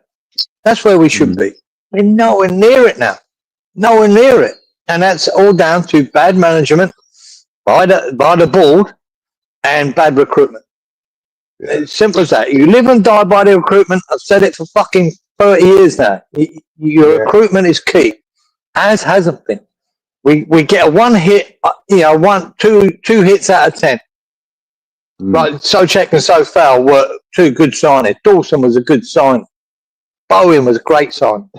But I can tell you 15 others that weren't. Yeah. That's the problem. You can't do that. You can't have a percentage that's, against you. You've got to be in the plus percentages to have a good team. We're not. We're in the negative. We sign more bad players than we do good players.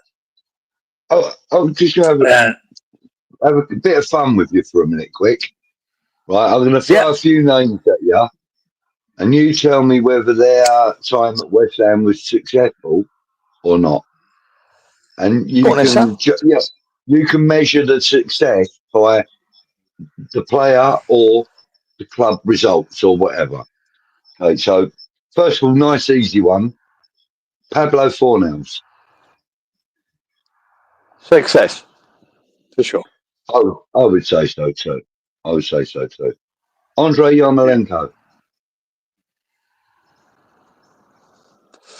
I'd say success or middling. Middling. I wouldn't say. I think it done a lot for him and his career. I think it did a lot for that, and it showed that. And it gave us some very emotional moments in his last season as well. I wouldn't class him as a bad signing anyway. Let's put it that way. No. Not the greatest, but not the worst. Yeah, Sebastian Haller to me, but there's a bit of nuance to Haller. I think Haller was a great signing. I think we played him badly. So in the end, it was not a success because of the mismanagement of that player. Okay. All right. Here's a good one for you. Areola. Middling. Yeah. Decent signing. Not the greatest. Jury's out. Not the worst. Yeah, jury's out. Yeah. He's somewhere in the middle, Geezer. He's been pretty good, but not the greatest. Okay, and finally, Dimitri Payet. The best player we've ever signed. The best player I've ever seen in a West Ham shirt. Was his player I've ever seen. Was his time at West Ham a success? Well, one season was. That's the trouble when we talk about the greats of Brooklyn and Devonshire and Bonds and more. They had longevity. Payet didn't have that. But for that one season, it's the most exciting player I've ever seen in a West Ham shirt. Well, he was fucking amazing. It's the only time we've ever seen a player worthy of the Ballon d'Or in claret and blue. To be fair. Yeah, and I tell you, here's the difference for me, Geezer. When he was there that year, I have to get up at 1 a.m. to watch West Ham live, right? Or 12, or 1, or 2, whatever it may be, or 5 if it's an evening game. I got up every time that year to watch it live. I didn't give a fuck. I wanted to see what Payet was going to do next. And Lanzini at the time, because he was a part of that, right? Yeah, he was. But I wanted to watch it live. I wanted to see it, and he amazed me. And me and you, Budge, have seen fucking players since the 60s, right? And we've seen the Moores, Brookins, Hurst, Peters, fucking Billy Bonds. We've seen them all. But he is the most exciting player I've ever seen in my life at West Ham. But unfortunately, he won't get hero status or legend status because it didn't last long enough. But what a season. Because of the way fantastic. Well. Yeah. Yeah, but Yeah. there's obviously more circumstances to that than we realise. But it doesn't matter. It was a what a signing for a year. I mean, to have that pleasure for a year. You know, what would we give if we knew we could bring Paya in at his prime and bring him in for this season? This season, just for the year. He's only going to be here, but he's going to be what he was then. Fuck me, I'd give my fucking left bollock for that. Simple as that. Yeah. And me right one. Fucking waste of time anyway. Yeah. Happy saying Bowen's wasted playing alongside Fulkrug. Taking our best player out of his best position is criminal. I'd go along with that as well. Did you know it? You know Abby H's comment there. And this is my point. Last year there were times, right? We had I never agreed with the Kudos signing because I know he played best on the right. But we had Bowen there, right? And that's their best position for both of them. So I always thought it was a bit weird. Regardless, there were times last year, neither of them played on the fucking right. We played Bowen up front and Kudos on the left. And their best positions off the right, which is crazy. We've got Kudos starting for Tottenham last weekend. 2 assists to Richarlison from playing on the right. 2 assists in his first Premier League game for Tottenham. And Richarlison is recipient of both. Cracking goal by Richarlison, by the way. Fucking bicycle kick, bang. Get hold of that. Yeah, but he couldn't buy a goal for the last 2 or 3 seasons either, could he? No, he's struggling. But now he's got service, Geezer. I know the first game. It's only the first game, as we all know. But there's Kudos, 2 assists on his first game, where he's playing at his fucking best. And yet we'd play him out in the left, in the fucking middle, wherever, where he's ineffective. It just says everything to me. Abby's saying that she completely agrees with you. 3 at the back gets the most out of what we have left. Give us a fighting chance. Yeah. What else have we got here? Dolphins bully Sharks. Well, they tend to play them a lot. Yeah, they do tend to. Yeah, Sharks don't like them, mate. They don't like them. Stay away from them. Yeah. AT, I think you and I and Kieran are probably we all feel the same, mate. We've all supported this guy, mate, all our lives. And this has got to be one of the most dreary seasons. And look, look, it's kind of. Do you know what, Budge? This is a hangover from the last 2 seasons for me. Yeah, with that, it's sort of been coming. Like I said, from mismanagement and bad recruitment, it's been coming. But there's probably worse times, AT, that we've had, mate. If you're one of us, that age group. We've had worse times, but we didn't have social media and this to make, to remind us how bad it is. You just go to the pub after a game, you'd whinge like fuck, and then next Saturday you turn up and be hopeful again. This week, you've got all week of watching videos about shit we are. Fuck, we haven't signed anyone. You're getting more information. It makes it worse. Yeah, this is the way of the world now, you know what I mean? And I think it seems worse because we hear more about how shit we are. Well, we'd forget it for a few days, go to work, whatever, then turn up on a Saturday with all the hope in the world again. And I think it is that overload of information we get. That's why I don't watch much. When I see transfer shows, whether it be from Rusty B or Amish Chat or Aaron Boo, or whatever, I don't take much notice of them and I don't watch that many of them. I like to watch Tart and Gio. Give him another shout out because I like to see what other clubs are doing, which actually makes it worse from watching, knowing West Ham, see what the business they're doing and what we're not. Yeah.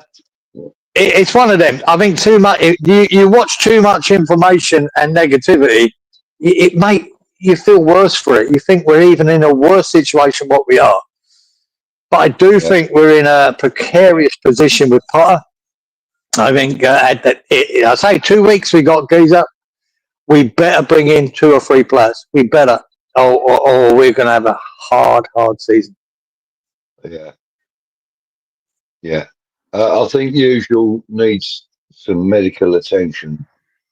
He's saying that 𝗪𝗪 𝗥 is a great actor. Dolphin Lundgren. Fuck the hell. I missed the dolphin. I thought 𝗪𝗪 Lundgren, and I was like, oh. Yeah, okay. This needs some medical attention. Maybe I should wear my glasses. I can't see bugger all for him. Yeah, Rich, he's with us on that, AT. He's about the same age group as us, by the way. Yeah. Richie's up there with us, mate. Don't worry about that. Yeah. So Happy saying if she knew that for an absolute fact that getting relegated would mean that the board would fuck off, I would bite your hand off for it. We need to progress, and we are shackled. And that's kind of. I don't want to go there. I don't want to wish that on us. I don't. No, that's kind of the sentiment behind what you're saying. I get the sentiment behind what you're saying. Yeah. I understand it, but I can't go there. Anything to get rid of the ball, but you know, I mean, look, we've bore out. It's a conundrum, Budge. We've bore out championships a few times today. Excuse me, in our history, we can bear it again. But the fact is, I can't help think about. Mate, I can't. When you look at that, Geezer, where we grew up, we playing against Forest and Sunderland.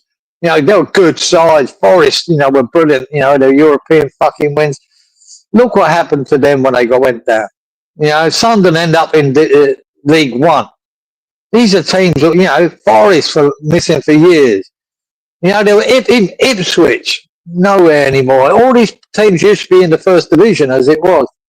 And we got to be careful. Leeds have been in and out of it. All that. I don't want to be that team. I don't want to go down because it might be not that simple to come back up. We could end up in the doldrums for years. So I can't wish that, even if it did mean getting rid of them. And it might be what has to happen to get rid of these fuckers. But we can't get rid of them. They've got to walk. Yeah. Yeah. Crocs, sharks, and magpies. That's right, Mark. That's what we do. That's it, mate. Yeah. Yeah.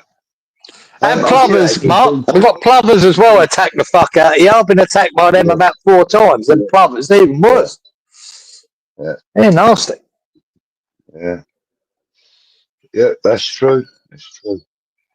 Hello, Crease last fight. Yeah. Yeah, squirrel's gone rogue, mate. I'm telling you, it's absolutely true. Have a look it up on Google. Squirrels. That's the worst you got to worry about. You're right. Yeah, but they've got things like mountain lions and all that sort of shit up in the mountains. Yeah, black bears, brown bears. Brown bears are the worst. I think it is the brown bears that she was. Yeah, the black bears ain't so aggressive, are they? The brown bears are fucking seriously dangerous. Yeah, and it's the brown bears that are far more inquisitive than the black bears. The black bears see or know of human, you know, appearance, and they're gone. They'll go and hide. Yeah. They're not very aggressive, the black bear, but the grizzly, the brown. Yeah, the browns. They come and sit at your picnic table with you, mate. They're not bothered. Yeah, they can smell food, Geezer. They'll go anywhere. Yeah. Yeah. Anyway. But apparently there's quite a big problem with, you know, people's pets being taken by mountain lions and that up in the mountains, you know, like cougars, I think is another name for them. Yeah. You know, so like people have to make sure that their pets are inside at night, things like that. because the old mountain lions, so they come round with their fucking. They'll take a bull mastiff without any problem at all. You know, they take these massive, great big, you know, big mastiff type dogs. They'll take them out in a second. They're twice the weight Well, of the dog for when, a start, you know. when you see some of the domestic cats bully the shit out of dogs, and they're only a domestic cat, well, what are you going to do to a mountain lion? He's just a bigger version of that, and he can fucking handle himself. Yeah, you know that.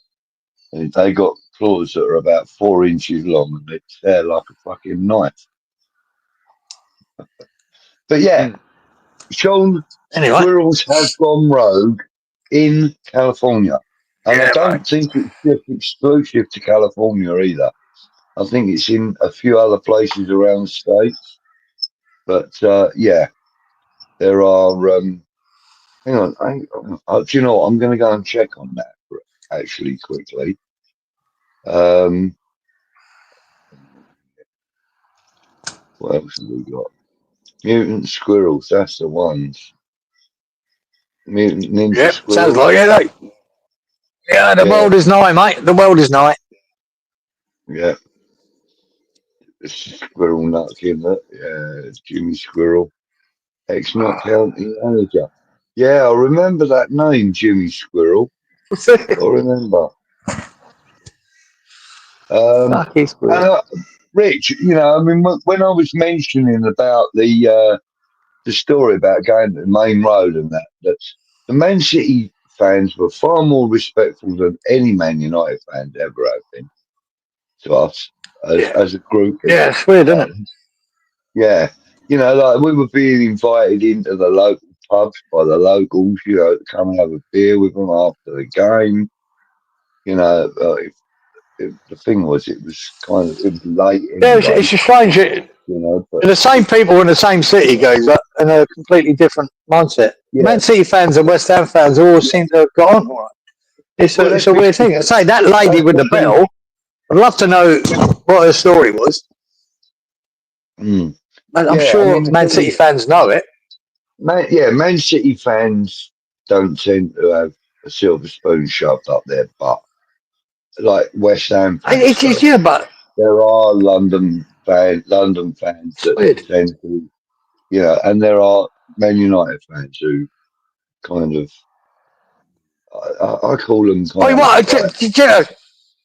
brats. I watched something yesterday, guys, that came up my YouTube feed about, you know, the stand they built at Fulham. Yeah. They spent fucking over £100 million on that. But I didn't realise it's not just a stand for the football. It's in it and underneath it, and they've got a river walk now, and they've got 3 Michelin fucking star, typical West London thing. They've got 3 Michelin star restaurants in the fucking place. And they reckon it's going to be, you know, all week, all year round, sort of a place that you can go to for restaurants, fucking have your birthday or your wedding there and all that. They've made it into a place to go. It's pretty Flying Doctor. That's it, Brendan. It was the Flying Doctor. Yeah, that's what it was. But yeah, fucking hell, man. They've turned that into one hell of. It's not just a stand for the football. It's for people that want to go and socialise and spend a lot of money on 3 Michelin star restaurants. £17.50 just for a salt and pepper shaker. What was I going to say? Sharky's asking, Barbie Bush, she's a bit of a legend in Australia. Have you heard of her? No, and I'm not sure if he's taking the piss with the Barbie Bush thing, but Sharky, I haven't. We all want to see her, don't we? Barbie's Bush. Yeah, you know. Right, okay. Yeah, the Bush Tucker man, he was good, yeah. Bush Tucker man, yeah. Yeah, I used to watch them Freshie, Rex Hunt, he was good. And the Bush Tucker man was fucking, yeah, he was good. He learned all his trade from the Aboriginals out there, how to survive in the fucking bush. Yeah. Boys, they're the boys that show you how it's done. Luzao has been released today, the Brazilian defender, the one that we never used. never been. I don't think he's ever been in the West Ham shirt and kicked the ball. If I'm honest. Yeah. James is saying it was the Flying Doctors. Yeah, it was that.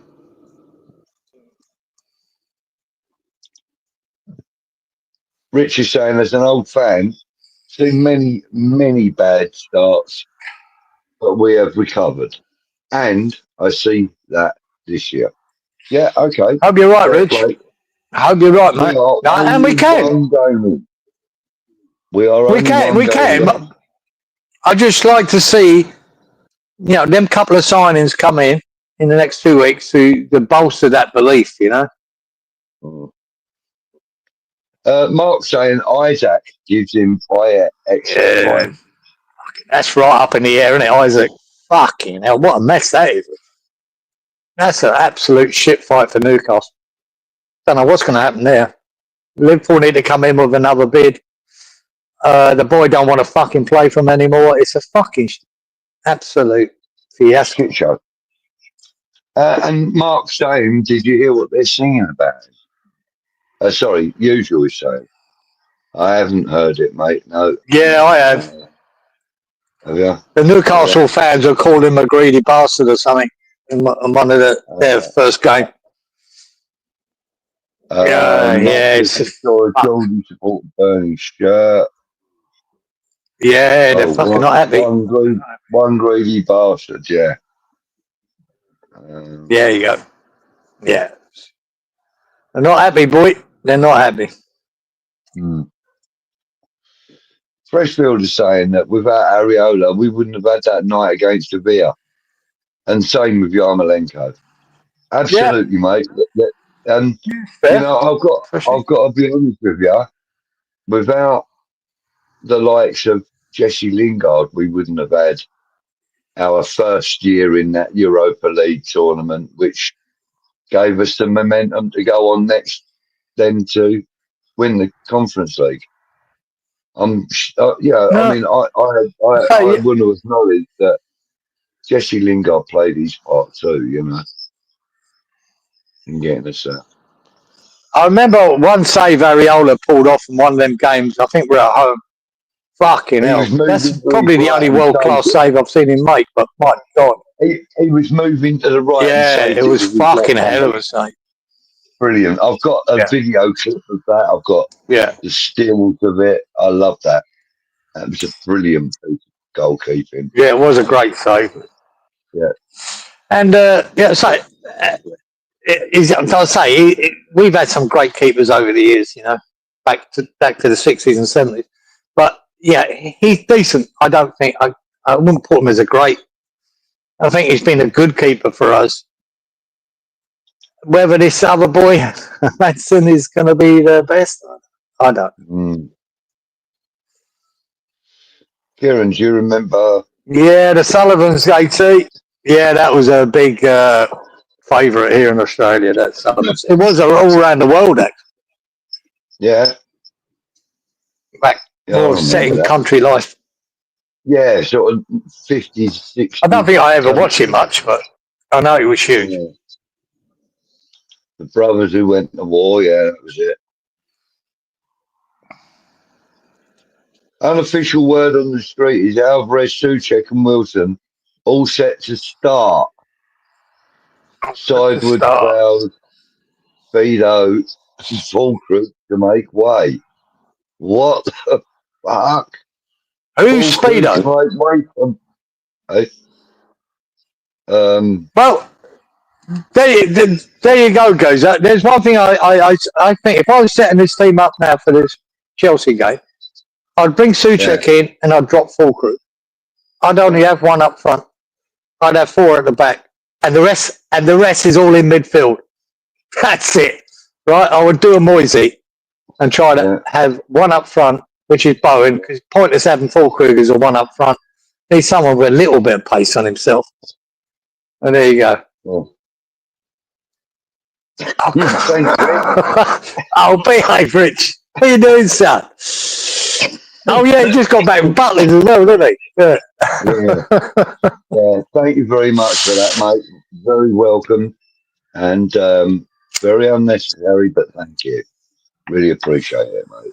Really appreciate it. Cheers, Richie. Bet. Hit the fucking like button, the rest of you. That's all you got to do. Nothing else. Yeah. It don't cost you a penny to do that, but send in a $5 in. Well, Much appreciated, Richie boy. Rich always gently caresses it anyway, he says. So, yeah, not a problem. Yeah, and Billy Bob. Billy Bob gently caresses. Yeah, he does, yeah. I think it's this man here that smashes it, Ray. He usually smashes it, though. Bowie's new position is for Fulcrug's benefit. He always plays with a close up striking partner. So why not use Wilson as that? And if we had a decent midfield, right, I think it could work, but we haven't. We haven't got a functioning midfield, and that's the problem. That's the massive problem. We've got to change this three at the back bollocks. We've got to get to wingers. Fulkrug for me. You need Bowen and so wherever who could be on the left. There would be Somerville. We need wingers to feed him. I'd rather do that and let Bowen drift in and let Wan-Bissaka come up on the right. Let fucking Juve come up on the left. I think he's got it all wrong with the players he's got. Yeah. Mate, look, Mark says there's flying squirrels in Canada, no joke. If they've got that, there is. That zombie type virus thing, whatever it is they got, they'd be like vampire squirrels, wouldn't they? Flying around. No, they've got, they're part of the squirrel family. We got them here, actually. Jesus, the name of them has gone out of it. But they got big flaps under their arms, right?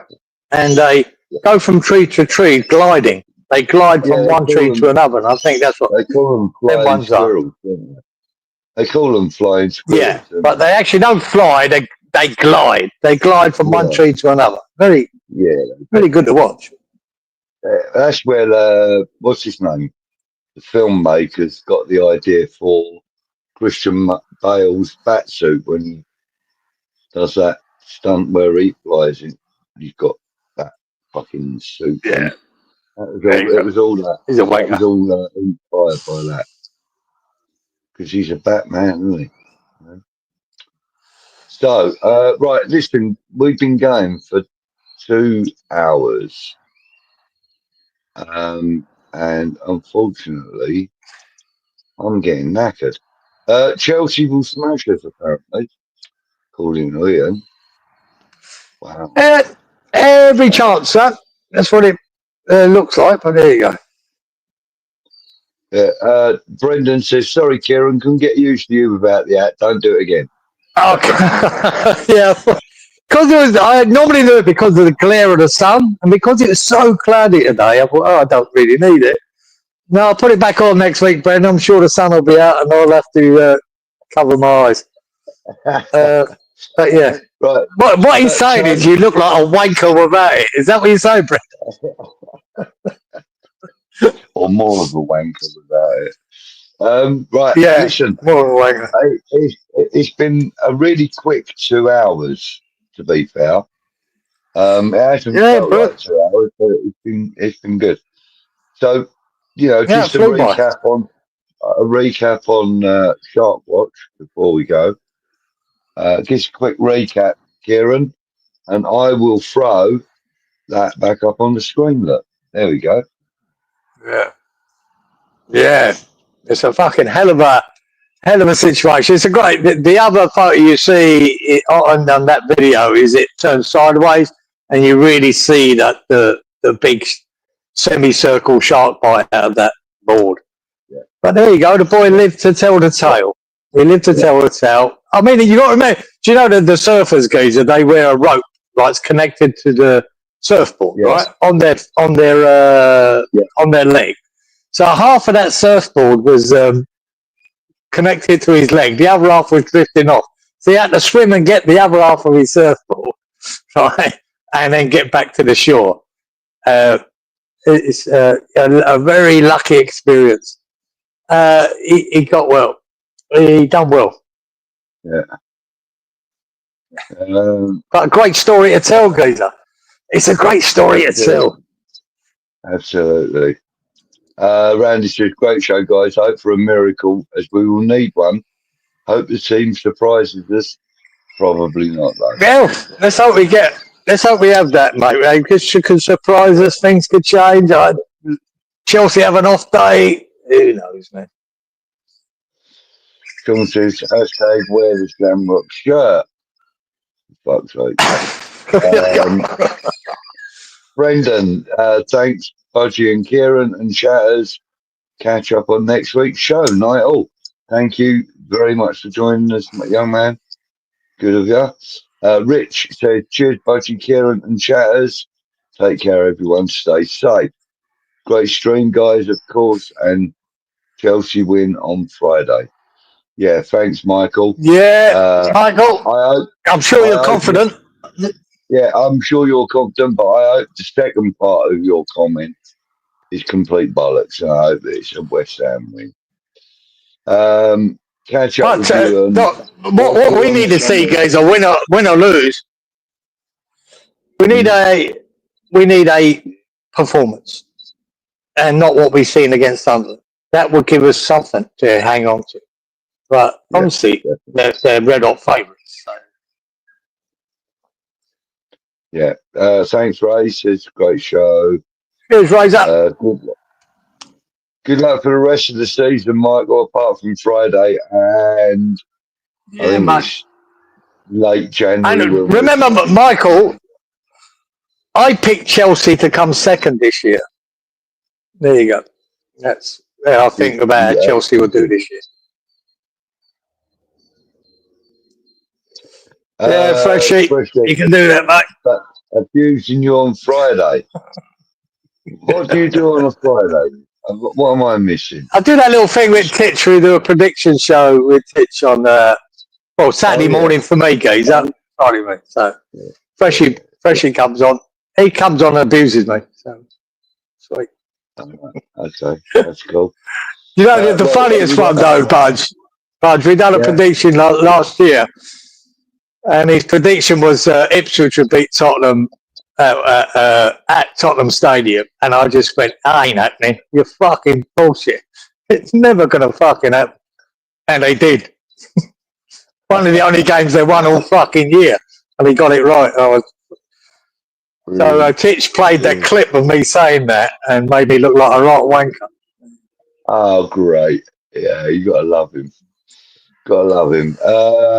Right, so Mark says only 37 more games and cup games. Thanks, guys. Come on, you guys. Thanks, mate. That's all it is, mate. Yeah. It could be better, mate. It could be better against Chelsea. Could be better, boys. You know what I mean? We've just got to hope. And I know it is only hope and not fucking anything else, but you never know. We could turn up. I just hope he changes the system, gives us more of a chance. And I think to do that, he has to go to a back four, put two wingers, put Bowen back on the right. I would drop Fulkrug. I wouldn't have him. Or just leave Bowen up there on his own. Fucking flood the midfield with defenders. It's either going to be a back to the wall or go for it, try and play with three at the back and get fucked 4-0. That's why I see it. We'll see what he does. Yeah. The team sheet, Geezer, will be interesting. When everyone sees that team sheet hour and a half before a game, everyone is going to be up or down or in the middle. Yeah. We'll see. And I think it's going to start from whoever he chooses in goal. I think he needs to stick with that, guys. I think he needs to stick with Manson. If you've just bought a brand new keeper, I don't believe he should have played him in that game. I think Areola should have started the first game myself, right, and then gradually bring him in whenever. I think it was a mistake to start him. I think he has to double down now and don't. Jesus Christ! If you drop him already, fucking hell, man, that's not good for his confidence. I think I'd start him, Manson. Give him a chance to redeem himself. Yeah. because he's going to have Okay. plenty of chances in this game to redeem himself. He's going to face a lot of shots. Yeah, true. Absolutely true. So, Right. I would That's it start. then. Thank you very Yeah, much, mate. Mark. Next, Chelsea and Wolves next week, both from Kieran. Oh, Yes. it's the old Carabao Cup, is it, next week? Yeah, it looks Oh, like okay. that, mate. Yeah, right, that's it. Everyone else just. Oh, what is that? Oh, that could be just happening as we go. Is that just happening as we go live, Gazer? That'd be just finishing. I'm not sure. I'm not sure, mate. Yeah, I think so. Yeah, I think. If it's a Wednesday night. Well, yeah, I'm not sure. Mm. I will check on it. All I'll right. check on it and let you know in the group. All right, mate. Well, thank you for joining me. Thank everybody in the chat for joining us. Thank you, everybody that's watching, for watching. Those of you that are watching on the catch up, thank you very much. If you've got this far, you're a better man than me. Yeah. Thanks for all the comments, guys. Good. Yeah. And don't forget to And comment. let's fingers on crossed. YouTube. Fingers crossed. Yeah, fingers crossed for Friday. Yeah. Don't forget to comment on the YouTube comment section as well, because Kieran always comments. Give us a back. comment, guys. I do if I like the comments. So, you know, yeah. Give us some comments. No, I on do. YouTube. I do when I don't like the comment. That's when I know rip you off. do. I know you'll give it to them both barrels, son. I know. Good or bad, Right, listen, throw a comment in there. If you think we're wankers, say it. I don't care. yeah, if you love us, tell us. If you think we're wankers, tell us. We'll come and get you. Yeah. Till next week. Yeah. Till next week. Come on, you irons. And don't forget. Yeah, another shark Friday, attack, hopefully. Another shark Yeah. attack. Happy days. Yeah. Friday night. Support the boys. And if you're going to the game, loud and proud. Take care. See you next week. Until then. Ayers. Bye. Come on, you irons. Good night. Night. Oh,